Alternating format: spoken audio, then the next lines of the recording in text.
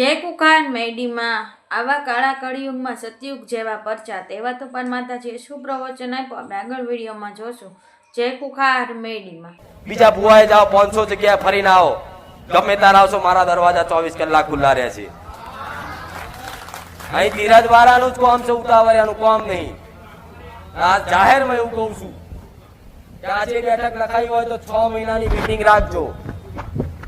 જેમ કે સેવકોને અમુક વાતે વ્યવસ્થા કરવી મુશ્કેલ પડે. પેલા એવું કહેતા કે માતાજી દૂર વાળાનો પહેલા નંબર લઈ લો તો સારું, બચારા 500 કિલોમીટર થી આવે છે તો દૂર વાળા નંબર લેવા તો રોજ 500 1000 કિલોમીટર થી પુણે થી બોમ્બે થી રાજસ્થાન થી આવે તો એ બધાનું રોજ લેવા જવું તો અમદાવાદ વાળા રહી જાય છે. રહી જાય છે કે નહીં? અમદાવાદ વાળા લેવા રહો તો બરોડા વાળા રહી જાય, બરોડા વાળા લઉં તો પાવાગઢ વાળા રહી જાય, પાવાગઢ વાળા રહું તો સુરત વાળા રહી જાય, સુરત વાળા નહીં તો મહેસાણા વાળા રહી જાય, મહેસાણા નહીં તો કચ્છ, પોરબંદર, ભાવનગર, રાજકોટ. હું બોલીને થાકું, તમે ગણીને થાકો, એટલા જગ્યાએથી મારા પારે આવે છે. એટલે સમજો, તમે સમજો, મને કશું મળવાનું નહીં. તમે સમજ્યા વગર હું જે કહું એ તો વાપરવું નહીં, રોવાનું ચાલુ કર. રોવાથી દુઃખ મટે? હું તો કહું હસી ના આવો, હસી અંદરનું તમે હસો ને, પણ બહારથી હસો તો અંદરથી ચેટલા રોવો છે હું માતા ગોડી નહીં, મને ખબર પડે. અમુક આહુડા તો હું કરશે ખાલી માતાજી ના આગળ રડીએ એટલે કહી દે આ એ માતાજી નહીં, રડવા વાળા ને એમ કોક જા ભાઈ આવતા રહી મારા હેર રડી લે તું તાર. હું હસાવું, હસો ને, મોજ કરો. આખી જિંદગી તો રડો જ છો, ક્યારેય રોવો છો, અહીં તો જપો. મારું લોહી પીવે એવી થાય વાત. મને એમ થાય કે જો આને શું કહું. પછી એક વ્યક્તિ આવ્યો અને કહું કે ભાઈ એની ઘરની સિકોતર માતા ધૂણવાનું ચાલુ કરે કે જોડે કોણ છે કે કોઈ નહીં. એ સિકોતર ધૂણ છે, ધૂણ તો એ વ્યક્તિ સંભળાય એ ધૂણ કરે. હું એમ કહું તારી માતાના કહેજે આ હવે એના ચમનું કહો તારી માતાના સમજાવજે કહેજે. તો દર્દી જોડે બાટલો પકડવા વાળો તો જોઈએ. એ પાછા અમારે સેવકોને બનવાનું. પાછા કે હારું હેડ હું જવું હતા ભાઈ ક્યાં જઈને ફોન કરે. મારીએ શું કીધું તું? હવે સેવક ક્યાં તમે કોણ? કે હું નતો આવ્યો ભાઈ. 10,000 ભાવિકો આવતા હોય મારા સેવક ને યાદ રહે કે આ વ્યક્તિ આવ્યો હતો. પછી પાછું એને યાદ કરવું પડે કોણ હતું, કોણે શું કીધું. પછી ભાઈ મારો દીકરો એમને બેઠો હોય તો પૂછવા માડી આપણે પેલા આયા હતા એને શું કીધું? મારો દીકરો કે હોય એ ટાઈમે કીધું તો અત્યારે શું છે, જા તું અત્યારે.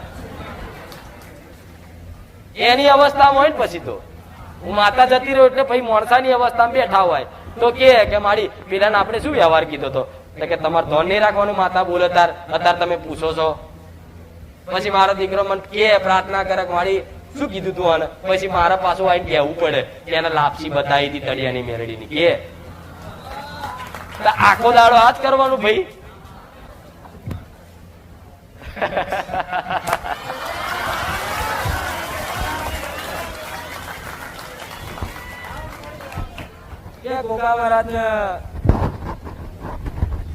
ગોગા મહારાજ ને સુખડી કરવાની લખીને આલે ઘેર જાય. ફોન આવે પાછો કાકુભાઈ બોલો રામ રામ રામ રામ. સુખડી કરવાની કીધી એ તેલમાં બનાવવાની ઘીમાં? ભાઈ કે ઘીમાં બનાવવાની. પછી કે પછી પાછો વ્યવહાર કરવાનો ટાઈમ થાય ને એટલે એમ કે આ પ્રસાદ પછી શું ખવાય? કે હા ખવાય, ગોગા મહારાજ નો ખવાય. પછી પાછો કે ફરી ફોન આવે કે વધે એને શું કરવાનું? પાછા કે ગાય ના મૂકી દો. આવા ઝીણા પ્રશ્ન કરે. પછી કોઈક ટાઈમ એવું તમને થતું હશે કે સેવક હરખો જવાબ નહીં આવતા. થાય છે ને એવું. પણ એ માણસ સર કંટાળક નહીં. નાણાના તમારે જેવા 5,000 ફોન આવતા હોય અને બધા આવું ઝીણી વાતે પૂછે તો તમને એટલી ખબર ના પડે કે ભાઈ ઘીમાં સુખડી બનાવવાની, આવું બનાવવાનું. અને હું એવું કહું છું, તમે કહેતા હોય તો વ્યવહાર કઈ રીતે કયો દેવનો કેવો વ્યવહાર ને કઈ રીતે કરવો એ જાણવું હોય તો આખું પ્રવચન એક સ્પેશિયલ કરી દો. બોલો એટલે સીધું કહી દે કે આ વિડીયો જોઈ લે ભાઈ. એટલે કે ભાઈ નાગના સપના મને બહુ આવે છે. અમુક જણા ફોન કરે તો તું અહીં બેઠો 5 રવિવાર તને નહીં ખબર પડતી કે નાગના સપના ચમા આવે? પછી આ જવાબ આલે. જો વિડીયો અરખા ખબર પડશે. હું એવું કહું છું વિડીયોમાં શું બાકી રાખ્યું છે? કશું કોઈ રાખ્યું હોય તો કહો. રાખ્યું છે બધા જ ઉપાય સમાધાન બધું બતાવ્યું છે.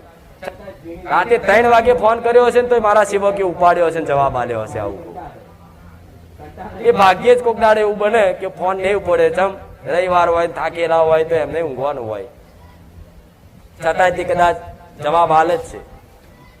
અને નહીં મળતો જવાબ એનું કારણ એ હોય કે તમે નાની નાની ઝીણી ઝીણી વાતો જાણતા હોય એ પૂછો. તેના તા મૂકવાના હતું કે ભાઈ મને દિવસ કે મળશે તો સેવક કે નહીં મટે ભાઈ ઘર રહો કે ચમ ભાઈ તો તને શંકા હશે કે મળશે તો નહીં મટે. વિશ્વાસ હોય એનું મટે કે ભાઈ હું આવું, મારે આવું છે બસ બધાનું મટે મારું મટી જાય મને વિશ્વાસ છે. આવો પ્રશ્ન પૂછાય. અમુક કે હું આવું કામ થશે મારું. અમુક પ્રેમ પ્રકરણ વાળા બહુ આવે પાછા. આપણે ભાઈ આવું વશીકરણ કરવાનું છે. એમને નહીં ખબર પડતી હું માતા તો જો કેવી છું.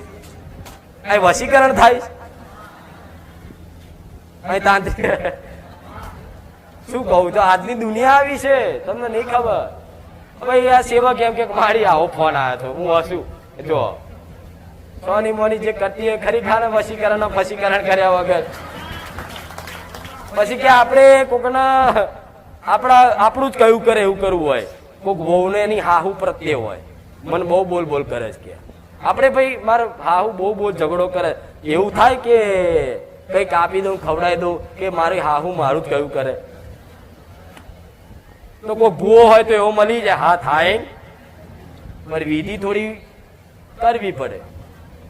3 દાડા પછી મને ફોન કરો અને એડવાન્સ 2000 આલો હું વસ્તુ લાવી દઉં. અને તમે લાલચમાં 5000 આલો હતી અને પેલો ઓમ ભીમ ભીમ ભીમ ભીમ કરી શું કર્યું તો જોવાય ના જાવ કે ભાઈ વિધિ થઈ જાય ચિંતા ના કરશો અઠવાડિયામાં થઈ જશે. પછી અઠવાડિયામાં જો તમારું કામ ના થાય ફરી ફોન કરો ને તો પછી કે કૃપયા जांच करे એવું કે નંબર इस नंबर पे डायल किया नंबर अभी व्यस्त है. એવું નહીં થાય.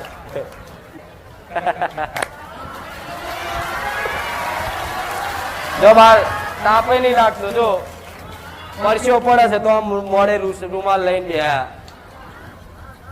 સાચું નહીં.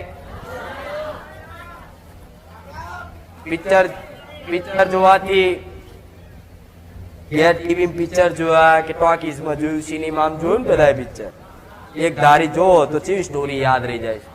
યાદ રહી જાય કોના જેવી દુશ્મની હતી કોને કોને મારવાનો હતો બધું યાદ રહી જાય ને પિક્ચરમાં એક જ વાર જોવાથી. તો મારું પ્રવચન જેને એક જ વાર હોભરવાથી આખું મોઢે થઈ જાય ને એને સમજી લો મારા આશીર્વાદ કાયમ રહેશે.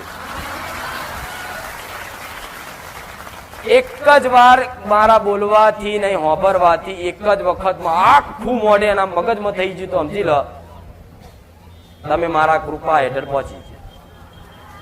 આ પિક્ચર જ છે એક જાતનું 2 કલાક. આમાં ફાઇટિંગ નહીં શીખવાડું કે પિક્ચરમાં બહાર જોઈને આઈને કોક ના મારીએ. આ પિક્ચર મારું એવું છે કે અહીંથી જયા પછી છૂટ્યા પછી બહાર જઈને કોક ને રોમ રોમ થશે. અહીંથી બહાર જાય કોઈ ઉંમરલાયક વડીલ ને જોશો ને તો ખુરશી બેઠા હશો ને તો એમ કે દાદા તમે બેહો હું ભરો. આ પિક્ચર જોયા પછી બહાર જઈને ભાવ એવો જાગશે કે મારું કૂતરું બચારું બહુ ભૂખ્યું છે લાય બિસ્કીટ ખવડાવે દઉં. આ પિક્ચરમાં બેઠા પછી બહાર જઈને એવું થશે કે હારું ગાય બચારી આવી આપણા ઘરના આંગણે લાવો રોટલી ખવડાવું. થશે કે નહીં? હા તો આ જ છે. તમે કેવું પિક્ચર જુઓ તાર આંખ કાન નાક બુદ્ધિ બધું એક જ બધી ઇન્દ્રિયો એક જ જગ્યાએ કેન્દ્રિત થઈને મચ્છર બેઠું હોય ને તો મલુરી જુઓ. એવું ના કે મચ્છર કઈડે